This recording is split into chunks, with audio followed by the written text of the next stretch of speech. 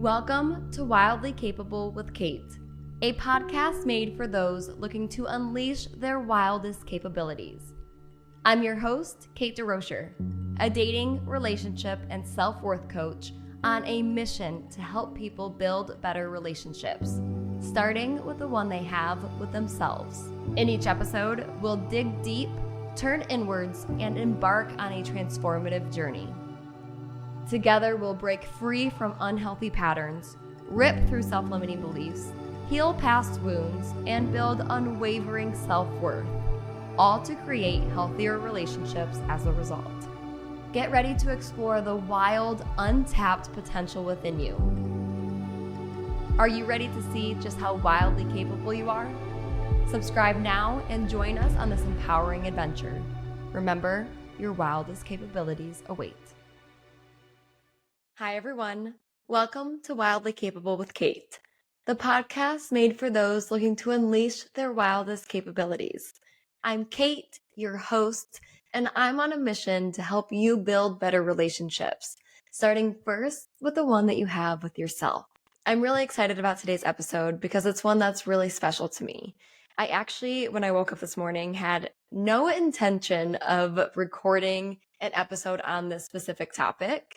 But I went to an event this morning, a women in business event, and met some amazing female founders and just women who are hardworking, resilient. They have so much intention behind what they're doing. They're on a mission. They have a why. They have a purpose. And they really inspired me. And one of the things that happened when I was at this event, it was like a coffee networking type thing, is one of the girls said, hey, let's go around and say who we are, not what we do. And when I got home from that event, I felt so refreshed because I got to learn more of like the inner workings of the women who I was meeting, not just what they do and what they can offer me and how we can help each other. It was so much more than that.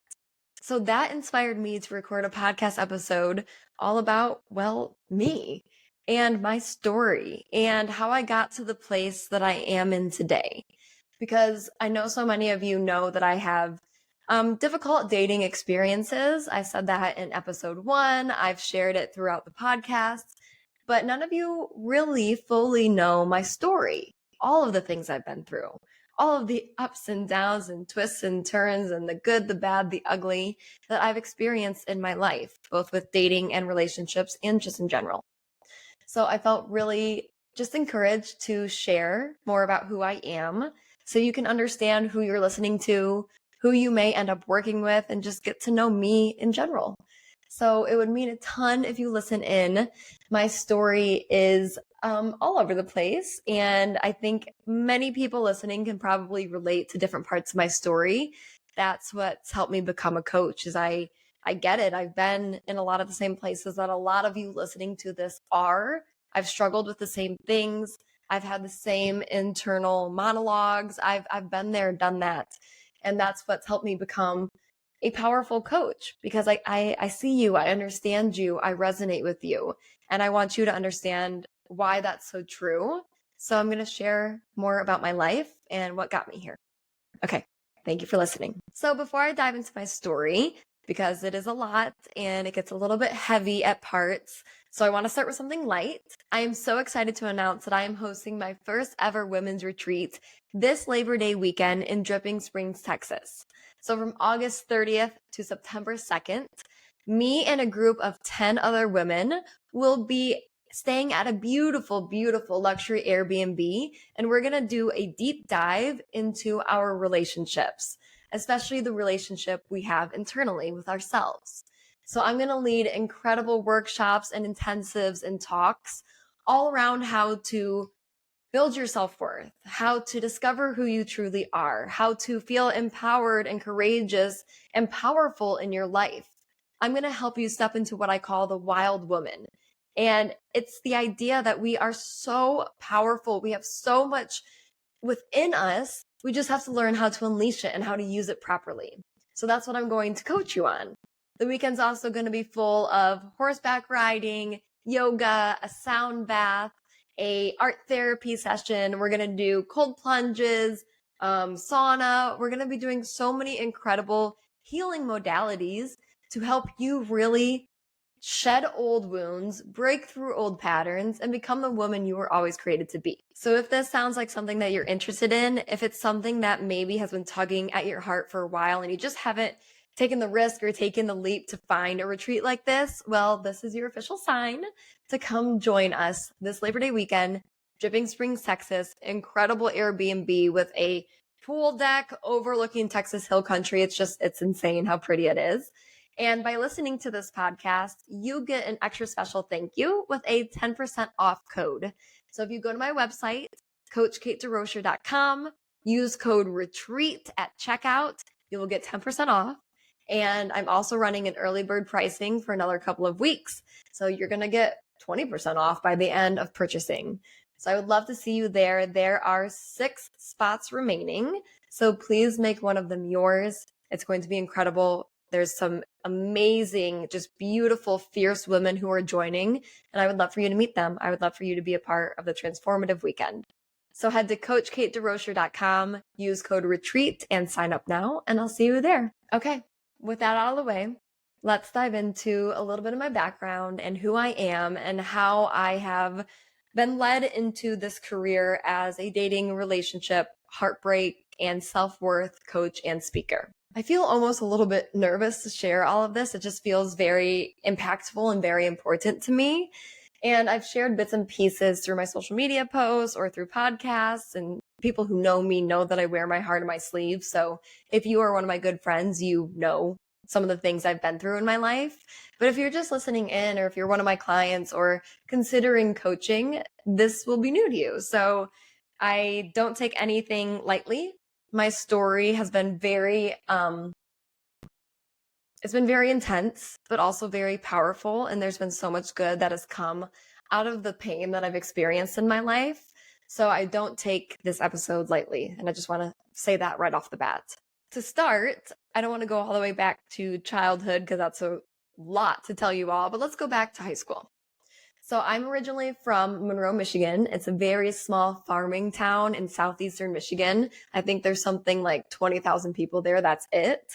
And in high school, I went to a really small high school. It was roughly 100 kids per class.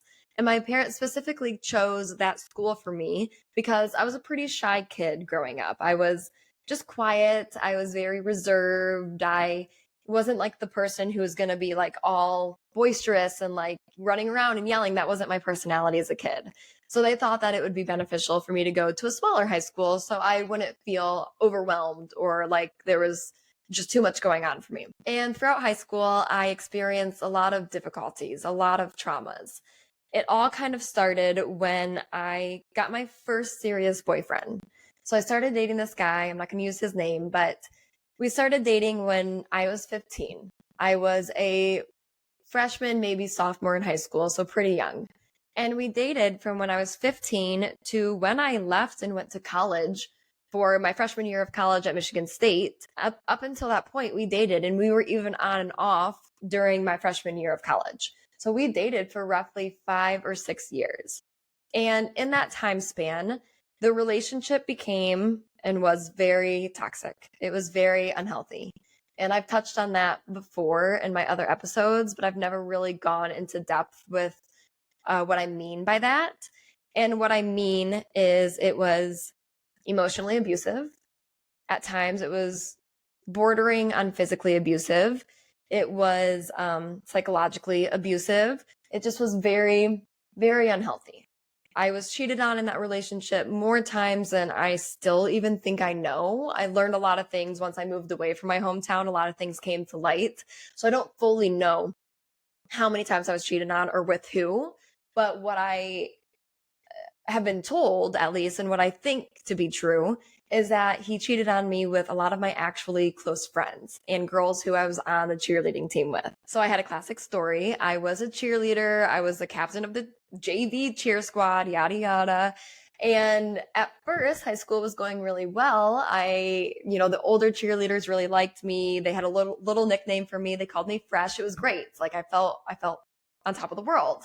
But then throughout high school and when I started dating this guy, what from my perspective happened is that a lot of the girls became like this sounds so arrogant and I truly don't mean it in an arrogant way, but they became jealous because of I was cheerleading captain. I was the treasurer of our grade. I was doing okay, like as a young kid. And I think that me having the boyfriend and the grades and the yada yada made girls jealous of me.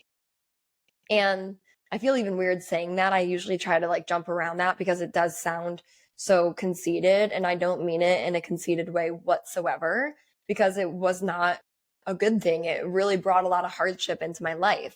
And those girls, the girls who were my friends and the girls who I was on the cheer squad with, they started really bullying me.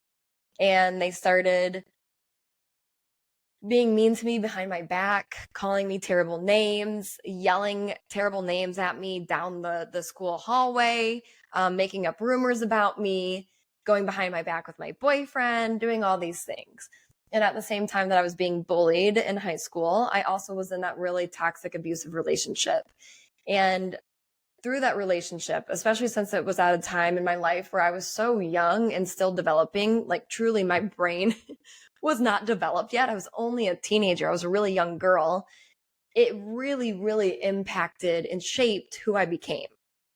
So for years after that relationship and after graduating high school, I was in kind of a state of like PTSD. I was diagnosed with PTSD and I was very traumatized. There's a whole 6-month period in high school that still to this day, I don't fully remember. I remember bits and pieces. I've even gone back and looked at my old high school planners to try to piece things together, but I don't fully know the timeline or exactly how things played out. But it really affected the way I viewed the world, the way that I felt within my body, just how I showed up in life. I was really struggling. I was grieving a lot of things that I had gone through, and I had no guidance on how to do that. For years, I didn't even fully know that I was doing that. I would go from, we'll get to this part of the story, but I have said this on podcasts before too. I would be in a different relationship and go from relationship to relationship, and I would really struggle in those relationships. And the reason I was having such a hard time is because there were so many things within me stemming from my first unhealthy relationship that were still at play, that hadn't been healed. And it was affecting the way I behaved, the patterns I showed, the way I spoke to myself. It affected every part of me, the men I chose, and I was not aware of that for years. But I'll get to that a little bit more later on. Let me continue with my story.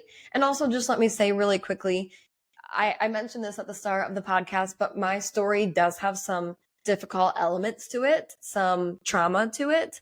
So this is kind of your official trigger warning on abuse, on manipulation, cheating, things like that. I just want anybody listening to this to know that there are elements of my past that are related to those things. So if this gets too heavy for you, turn the podcast off. Don't worry, you can come back on another episode. I appreciate you being here. I appreciate you listening in and wanting to learn more about me, but know that I get it, and I don't want you to be triggered or to have too many difficult emotions come up by hearing my story. So this is your official trigger warning. So after graduating, I went to Michigan State for a year. It was about an hour away from my hometown, so it was an easy place for me to go to. I was studying journalism. They had a great journalism program, and I had some family members who were also going to school there, so it was just kind of a no-brainer.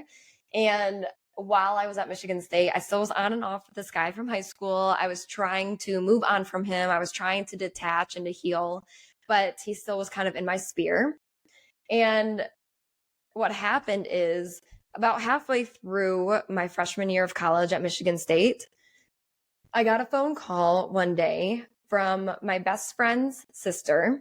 And it was a best friend who wasn't just a best friend. She was my protector. She was my rock. She was a few years older than me, and she had kind of been assigned to me in my church youth group as kind of like my mentor. Her name was Jenna. So Jenna was such an important part of my life. I didn't have a ton of people protecting me. I didn't have really anybody in my family who fully knew what was going on with my abusive boyfriend. So Jenna became the person who had my back. Jenna became the person who encouraged me to leave and who gave me the wisdom and the strength that I needed to try to get out of that situation. Jenna was more than a friend to me. She was a sister. She was my rock, my guide. She was everything. She was really everything. And freshman year of college, I'm sitting in my dorm and I get a phone call from her older sister, from Jenna's older sister, telling me that Jenna had passed away. She passed away in a car crash while she was living in, I believe it was either Alabama or Arkansas with her grandparents. And that flipped my world upside down. Like I said, I had been dealing with a lot of trauma and things from my high school and from that first relationship, but I never dealt with them fully. So when I heard that Jenna passed away, all of that plus her death piled on and I shut down. I couldn't handle the grieving process. I couldn't maintain my grades at school. I couldn't handle all I was trying to go through and work through from my ex at the same time. It was a lot. So I had to leave Michigan State. I moved back home, moved in with my parents, and continued to take online classes through Michigan State. But I mean, I can't remember any of the classes I took at that time. I think I took economics, and I definitely did not do well in it because A, it's hard, and B, I was going through so much that I could not focus on studying whatsoever. All I remember is spending probably like 6 months in my childhood bedroom in my parents' house grieving.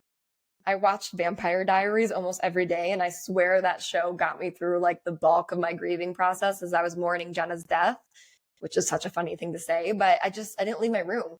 I was in absolute mourning. I was beside myself. Losing her was and still is one of the hardest things I've ever gone through.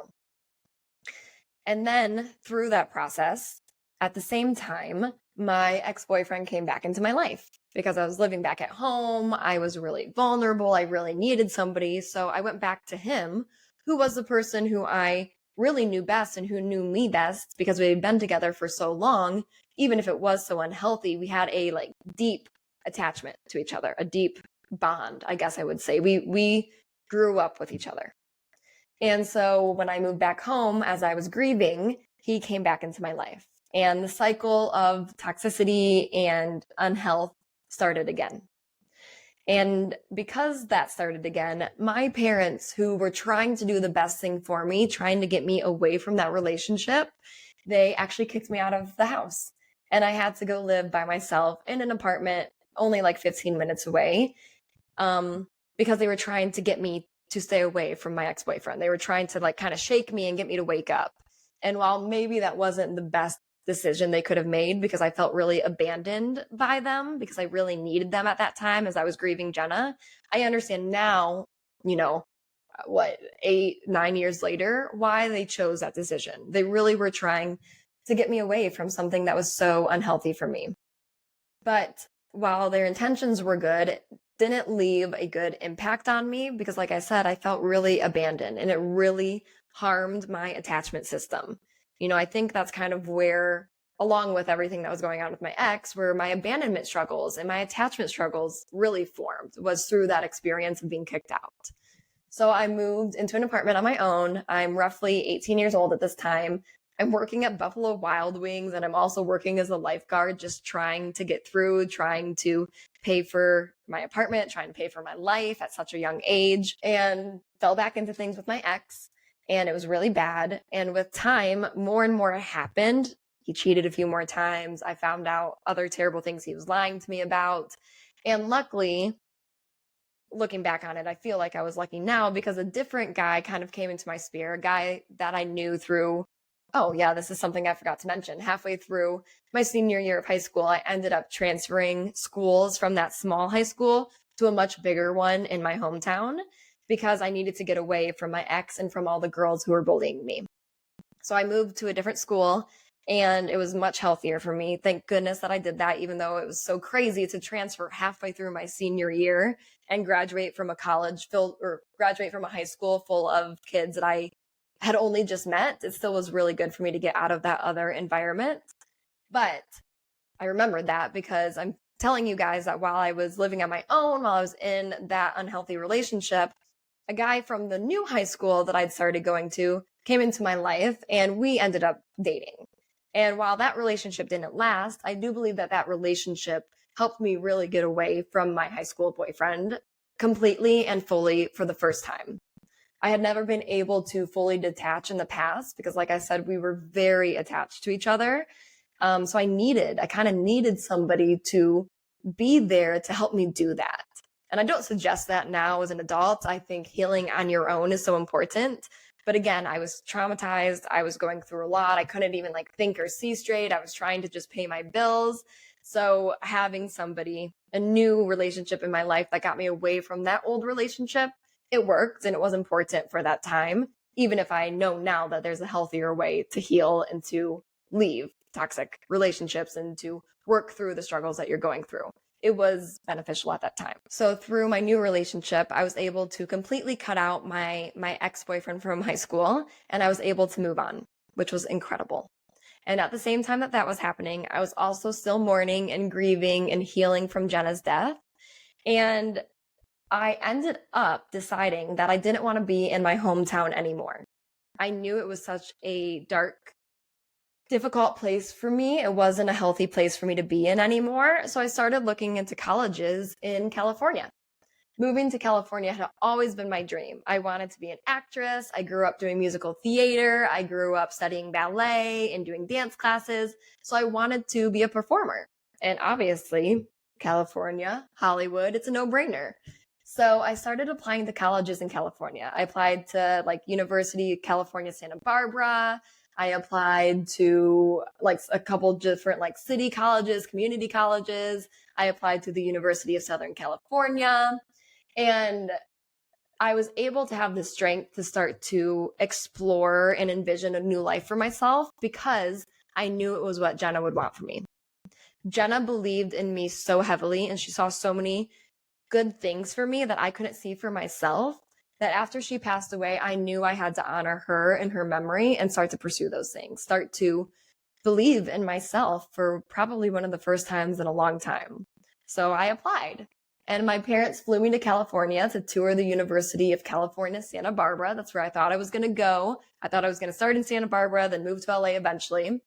And while we were touring Santa Barbara, we flew out of LAX, and that's where the University of Southern California is in Los Angeles. So as we're leaving for our flight, my parents were like, okay, fine, let's just go check out USC. I really don't want you to go there because it's in the middle of like South Central, downtown LA. It's not the safest area, but okay, we're right here, so let's go check it out. So they took me to go see USC, and truly, I got out of the car for 5 minutes. I saw the sign in like the entrance of the campus, and that's all I saw because that's all the time we had, and my mom really didn't want me to go there. So I quickly saw like a little preview of what USC was, but I didn't tour the campus. I didn't see it fully. I had no idea. And we knew at the time that USC was pretty far out of reach for me because it's so expensive. It's even more expensive now, and it just wasn't something financially that my family could easily afford. So not only was it in a rather dangerous part of LA, but it also was extremely expensive. So my parents were pretty against me going there. They also didn't even think it'd be possible. I didn't even think I would get in. But the day we landed back in Michigan after touring the schools in LA and in California, I got a letter in the mail from USC telling me I had been accepted. And I had applied to USC completely on a whim. Literally, the way I discovered that USC even existed is because I was watching Gossip Girl, and one of the main characters, I think his name is Chase. I don't even watch Gossip Girl, but I watched this episode. He was like fighting with his dad who wanted him to go to Yale or some Ivy League like that. And he kept saying, no, I want to go to USC. I want to go to USC. So I Googled USC, and then I discovered, oh, University of Southern California also has the #1 broadcast journalism program. The area I was studying, it had the #1 program. So I applied on a whim. I can distinctly remember filling out my application and giving the most random answers and being like, no way are they going to accept me. I did well in school, but I didn't have the 4.0. I didn't have what the University of Southern California was looking for necessarily. So it felt like a stretch. It just felt like a random thing that I did. But when I got back from California, lo and behold, there is my acceptance letter. And the moment I opened it, saw I was accepted, it was such a spiritual moment because I was so overcome with emotion. I burst into tears, hysterically crying. I could cry thinking about it because it really was like a pivotal moment in my life where I didn't know how I was going to afford going there. I didn't know how I was going to move to a whole new state and city filled with people I have never met. I didn't know a single soul in LA. I didn't know how it was going to be possible, but I knew in that moment when I got my acceptance letter that I had to go. I knew in that moment that USC and being accepted there was given to me by God. It was a gift straight from God himself. So I knew I had to make it happen. And I'm very lucky to say, I'm very fortunate to say that I did make it happen.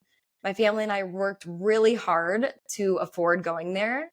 I took summer classes every single summer back home at the community college in my hometown to save money on credits at USC. And I graduated in 3 years' time instead of 4 years' time. I just stayed on campus for another year, taking like one course so I could graduate with my actual class. But I technically was done with school in 3 years' time. And I did that so my parents wouldn't have to pay for a full 4 year, full time at USC. It would have been 3 years because I went to Michigan State for a year, but they couldn't afford the full time that I would need to get the credits I needed to graduate. So I technically finished early. And it wasn't easy. It was not easy to fly back to Michigan every summer and take my Spanish classes at a community college, take extra classes every summer. I didn't have a life in the summer. I was doing school. But I knew that USC and the opportunity to move to LA was not something that just happened out of thin air. It was something that was given to me. And I knew that I had to step into that challenge, and I knew I had to step into the new life that God was creating for me. So I did. And it was so transformational because not only did it get me out of my unhealthy environment back in my hometown, but it opened up my eyes to a whole new way of life. It opened up my eyes to so many different people and walks of life. Like I said, I was from a very small town. Pretty much everybody there was just white. There were no other cultures that I was introduced to at a young age. So when I went to USC in LA, which is the melting pot of the whole world, I was exposed to so many things. I learned so many things that have shaped me into the woman I am today. So it was an incredible, incredible gift to get to move there and to go to USC because of how much healing it brought to me, because of how it removed me from a space I was no longer supposed to be in, and because of all that it taught me and all that it gave me. But while I was at USC, I still had not worked through everything that I had gone through back in high school with my ex-boyfriend and with the girls who had really hurt me. And because that was all still swimming around inside of me, I was pretty rebellious and acting out and, fell into partying a lot, fell into drinking a lot, fell into just like that really stereotypical college culture. I was in a sorority. I was always at the fraternity parties, things like that. And I became pretty unhealthy, both physically and emotionally and mentally. And while that was all happening, while I was slipping more into like a partying stage and just really not taking care of myself, I got another phone call. Actually, I got a text from a friend back from high school asking me if I was okay and if I had seen the news. That's all she said. And I had no idea what she was talking about. So I was like, what do you mean? What do you mean am I okay? I haven't even heard from you in months. What's going on? And she let me know that my ex-boyfriend, the one from high school who I had the really tumultuous relationship with, had also passed away. He passed away from what they told me was a stroke. I don't really know the details. I just know that he had been drinking heavily and wasn't in a good place either. And he ended up passing away during my junior year at USC. And his passing, even more so than Jenna's, brought out everything within me that I had so desperately been trying to avoid and desperately trying to push down. And it forced me to finally realize how much I needed help to heal from the trauma that I had experienced from him and to overcome everything from that relationship.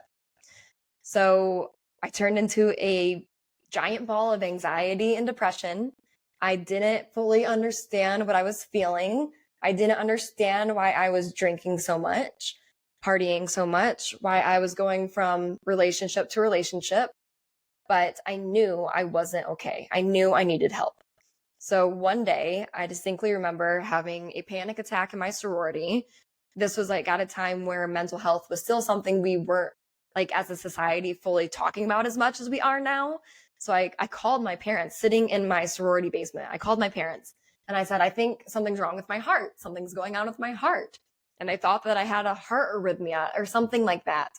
That's how little we knew about anxiety back then, or at least how little my family knew. Turns out I just was having a panic attack. My heart was fine. So in that moment, my parents and I discovered, okay, like, we need to do something about this. She's not doing okay. And I got my first therapist. I distinctly remember her name was Leah. She was in Larchmont, California. I would go and see her every week. And she was, for the first time, helping me unravel everything that had happened in my life. And it was to the point where I didn't even understand that those things that I had gone through were something that I needed to address. I can distinctly remember my therapist, Leah, asking me, like, okay, tell me about your family, about your relationship with your parents. Okay, tell me about your relationship with this guy from high school. Tell me about it. And I'm like, why are you asking me about this stuff? I don't need to talk about this. I'm good. I truly did not understand how much I was still carrying and how much it was still affecting me. Now, before I continue explaining this part of my story and telling this part of my story, I want to give another trigger warning. I want to give a trigger warning about suicide. So if that is something that is difficult for you to talk about and to hear, please turn the episode off right now and tune back in when you are in a safe space, or go listen to something else. But this is your official trigger warning for the topic of suicide. I want to take that really serious, and I want to really honor that because I know it is not easy to talk about. But okay, with that warning said, so fast forward, I graduate college, I'm still in therapy, and I start dating a different guy. A guy that I met just while out at a bar in Venice in Los Angeles. That's where I was living at the time after I graduated.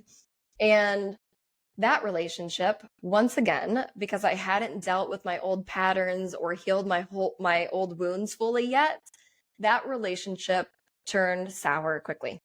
And it became really mentally, psychologically unhealthy. In that relationship, with the guy who I dated after college and while I was going through therapy, one night we had a terrible fight. I still don't even know fully what happened in that fight because I'd been drinking at that time. And something in the conversation, we were on the phone, something in that phone call caused me to completely snap. And I had an absolute, very serious mental breakdown. And in that mental breakdown, I threatened suicide. And because he was scared and because he was ill-equipped to handle everything I was feeling and everything I was working through, he ended up calling the police, and they put me in a psychiatric hospital overnight. And I shouldn't really even call it a psychiatric hospital because it was really just one room, and it was me in the room with a bunch of men, a lot of men who were on drugs, who were strung out. It was a very, very scary situation. Add on all of the really intense emotions that I was feeling at that time. So I spent the night, only one night, and the next morning they had a 2-minute conversation with me. I met with one of their therapists at the psychiatric hospital for literally 2 minutes, and they basically prescribed me Xanax and then sent me on my way. And I've always been a pretty natural person, so I didn't want to take the Xanax. I didn't want to get on medication, any more medication than I was already on. I actually was already on an antidepressant, which I believe mixing the antidepressant with the alcohol really contributed to me having that breakdown that night. Again, nobody had taught me not to do that. It was something I was totally oblivious to. So I was taking my antidepressants, my SSRIs, and drinking all of the time. Extremely unhealthy. I still was very unhealthy physically and emotionally and mentally at that time. But I knew not to add Xanax to the mix too, so I didn't take it. But what I did instead was I called my parents, I told them what happened, and they got me on a flight home the next day. So I went back to Michigan again, and I ended up staying there for maybe a month while I just really processed that night and that relationship and the breakup and everything I had gone through, and just was in a safe space with my family taking care of me as I really dove into my mental health. And while that night was probably one of the worst nights of my life, outside of finding out that Jenna had passed away and finding out that my ex-boyfriend had passed away, it also was the most important night of my life. Because when that happened, I was forced to really, even more so than I was already doing with my therapist, really dive into my traumas, really dive into what was going on and what was causing me to have the behaviors and the feelings and the reactions that I was having, what was causing me to continue to attract unhealthy men. You know, I went from my high school boyfriend to this guy who both were very unhealthy and both mistreated me. What was that pattern? Why was that happening? I really had to look at myself in the mirror and say, things need to change.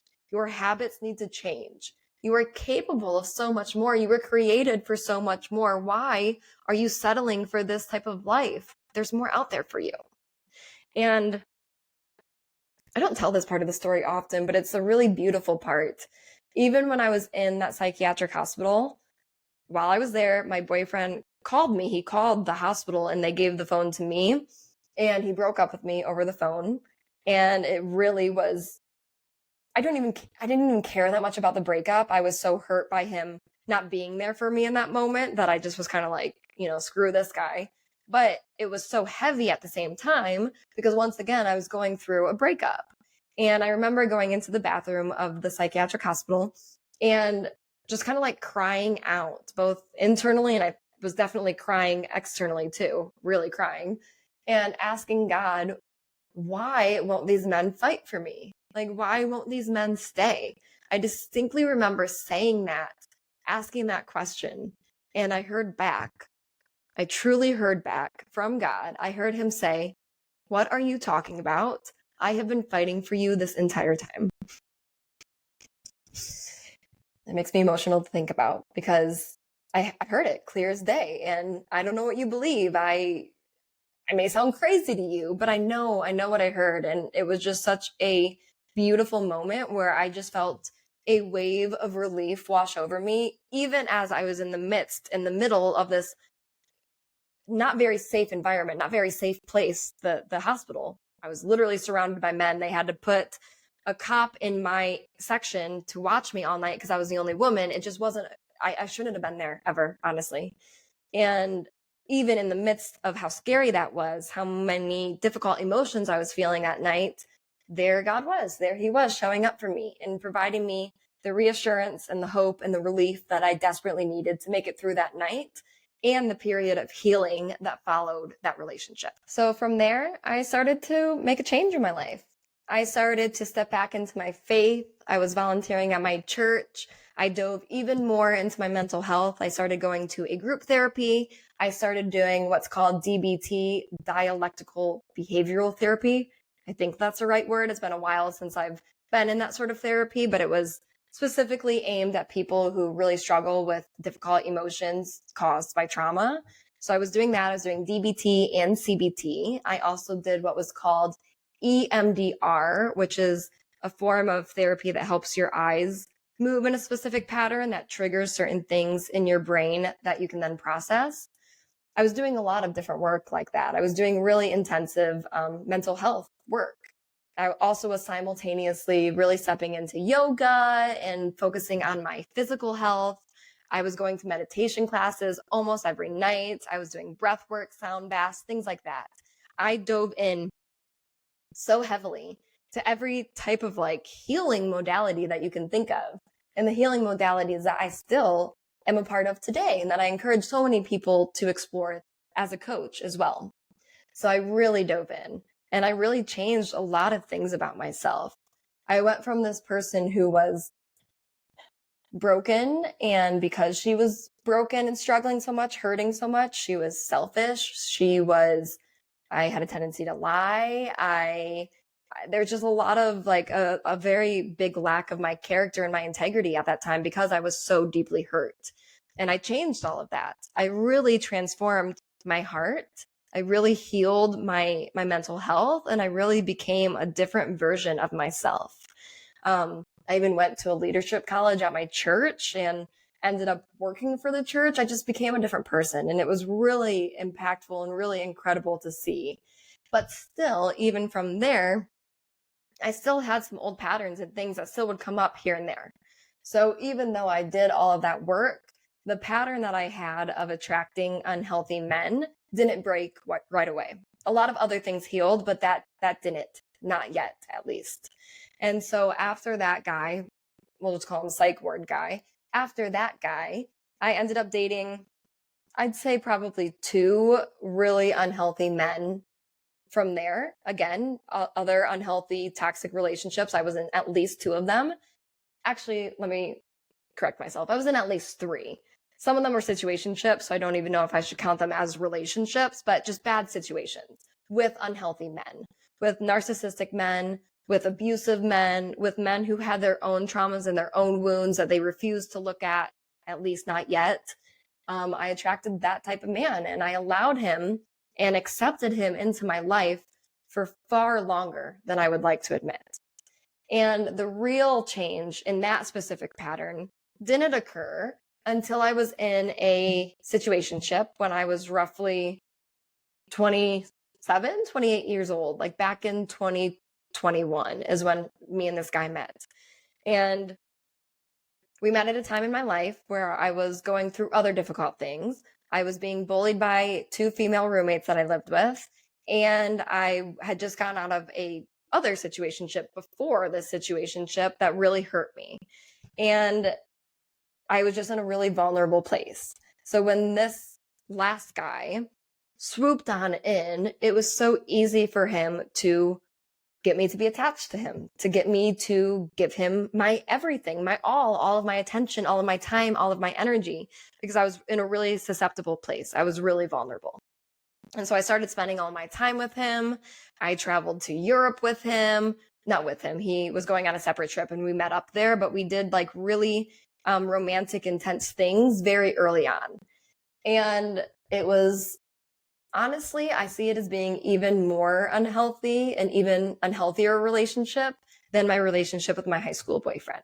Because my high school boyfriend, he was also a teenager. He also was 15 and he was, growing and developing himself. So as an adult, I can look back and hold so much grace and empathy for him. But the guy that I dated back in 2021, he was 32. He was a full grown man and he still was treating me even worse than my high school boyfriend treated me. He manipulated me. He lied to me. He was seeing numerous other women at the same time he was seeing me. I came to find out after we ended things. He had me so twisted up in myself because he was so good at gaslighting me that I truly could not see. I truly could not understand all that he was doing. And that's what a lot of the men before him did too. They were experts at manipulation and gaslighting to where I would end up losing my complete sense of self and completely being just confused and twisted up on what was reality and what was not. And it brought out all of those toxic, unhealthy behaviors in me because I still had like those patterns and those traumas that I was working through. So I had a lot of attachment struggles. I was explosive with my anger. These relationships brought out the worst parts of me, and they were really unhealthy and they were really damaging. And it was through that last relationship back in 2021, after I got out of it, that everything when it came to relationships specifically changed. And I believe today, 4 years removed from that relationship, I believe that the reason that was the catalyst for all of my change romantically, for all of my change relationally, was because I finally stood up for myself in that relationship. I finally got myself out. I didn't allow myself to go back. I removed myself. I cut him out. He's still blocked to this day. And I remember the last conversation, one of the last conversations that we had, I had written down everything I wanted to say to him and I got it all out. I just felt so empowered and so strong because I stood up for myself and I didn't let his gaslighting twist me up anymore. I stuck to what I knew to be true, and I stuck to the reality of the situation. I told him how he had hurt me. I told him what was happening, and I left. And I left that relationship. I left him in my past. And because I truly stood up for myself and then continued to stand up for myself in a few other dating situations from that point on, I discovered who I was again. And I fell in love with myself again. And I returned to the home that was already inside of me again. I really broke that pattern in those moments. And I'm so grateful that I had to do that work because I wouldn't have broken those patterns otherwise. I'm so grateful for all of those difficult relationships and experiences because I would not be who I am today. I wouldn't be in the healthy, fulfilling, safe relationship that I'm in today. I wouldn't be a relationship and dating coach who's helping dozens, hundreds of women and men around the world to break the same patterns that I have. I wouldn't have the business that I've built. I wouldn't feel the internal peace and wholeness that I've finally cultivated in my life. I wouldn't be here. I wouldn't be here if it wasn't for all of those very difficult, traumatic experiences and relationships. I wouldn't be here if it wasn't for my high school boyfriend, if it wasn't for Jenna, if it wasn't for my boyfriend who I dated after graduating college, if it wasn't for the two guys who I was in situationships with. All of those things, while they were difficult, had to happen for my growth. They had to happen for me to be able to now look at so many of you who I work with and say, I understand. I hear you. I get you. I see you. You're not alone. I wouldn't be able to empathize with you guys the way that I can if it wasn't for those experiences. So while I don't wish those experiences on anybody, and while I wish I could have learned the easy way instead of the hard way, I still have so much gratitude for every part of my story. Because it was after that last guy where I finally really just made a change in my relationship life. I had already been making a lot of changes in my character and in my heart, but relationally, I still was really struggling. And it was through him and through that breakup and through me discovering myself and standing up for myself that I learned so much about relationships and love and attachment and conflict and communication, and was able to attract a new type of man, a new type of relationship into my life. I also attracted new friendships. I attracted new business opportunities for myself.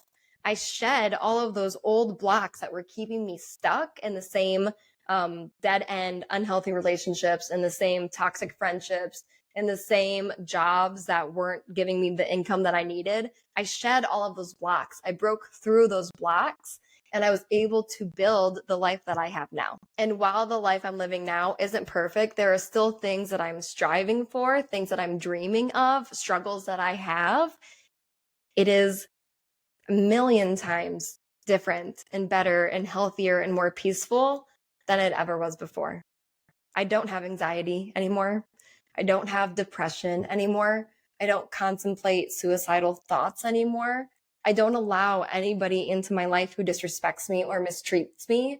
I am only surrounded by the best, healthiest, most amazing men and women. And to be able to say that is, sometimes I can't even fathom that I'm able to say that because I never thought it would be possible for me. But yet it is. Yet here I am living in Austin, Texas with my partner in a beautiful house with a huge backyard. My two dogs have the best life. They're able to run around outside all of the time. I am safe. I feel calm. I feel centered. I don't feel the need to pretend I'm something I'm not. I don't feel the need to compare myself to others. I don't feel the need to hustle to prove my worth, to try to get people to love me. I'm just different and my life is different and it's different. And I got to this place because of all I went through. So I hold so much gratitude for every single experience, every single person that I encountered along the way and that I'm still encountering. And I'm so excited to see where I go from here. But I wanted to share all of that with you guys, and still trust me, there's more details that I haven't shared because it just is so much. But I wanted to share more of my story with you all so you can understand that you too can experience the change that I've experienced. you too can experience the growth that I have and the transformation that I have. What you are going through now, what you're struggling with today, doesn't have to be a part of your future. It won't be the things that you're struggling with in the future. You can break old patterns. You can heal old mindsets. You can shed old wounds and stop having them control your present life. All of that is possible for you. If it was possible for me, it is 100% possible for you. So no matter what you're struggling with, whether it is an unhealthy relationship, a job that leaves you feeling unfulfilled, difficult family relationships, toxic, not healthy friendships, whatever it is that you're going through, if you're grieving the loss of somebody that you love, whatever it is, you can come out the other side and you can come out stronger and more whole than you ever were before. Let me be your testament to how true that is. And in the moments when you can't believe it, let me be the voice that reminds you that better is coming, better is on the way for you. I believe that for every single person who's listening to this. And I would love to guide you in understanding and really believing that and stepping into the future and the life that was created for you too. So if this resonated with you at all, if you have found hope in anything that I've said, please reach out. Let me know. Reach out to me on Instagram or TikTok at Coach Kate DeRocher. I'm much more active on Instagram, so probably reach out there. But I want to hear from you. I want to know what you're struggling with. I want to know how my story maybe gave you some peace and some encouragement. So please reach out, please DM me. And if you're interested in coaching, please head to my website, coachkatederocher.com, and fill out an application, and I'll contact you if we're fit to work together. I want to be here for you. I want to guide you towards creating the life that I fought tooth and nail to create for myself. I want to come alongside you as you do that same thing, as you go through that same journey on your own. So reach out, fill out an application, DM me. And again, if you are interested, if you're a woman listening to this and any of this, reminds you of your own story, then please join me and the other incredible women at my Wildly Capable for Women's Retreat this Labor Day weekend in Dripping Springs, Texas, August 30th through September 2nd. Everything that I learned to get me to this place is what I'm going to be sharing with you in that retreat. So I would love for you to be there. I would love to meet you in whatever capacity, whether it's just a quick Instagram DM, or we're grabbing a coffee in Austin, or you join the retreat, or we end up working together and have a coaching relationship. Whatever it is, I would love to meet you guys. It means the world that you've listened to this now 57-ish minute podcast. Who knows how long it'll be by the time I edit it, but it means the world to me that you tune in. It means the world to me that you gave me the space to just share my story, because it's not an easy story. And I know there's so much that people could judge me over when it comes to my story, but I know the change that I have created in my life and how it can create change in other people's lives. So regardless of what people think of me, I'm going to share that story over and over and over. So thank you for listening. Thank you for holding the space. Please, again, reach out. I would love to meet you. And I just can't thank you guys enough. I can't thank you enough for tuning in. I will see you here next time on Wildly Capable with Kate. Thank you all so much.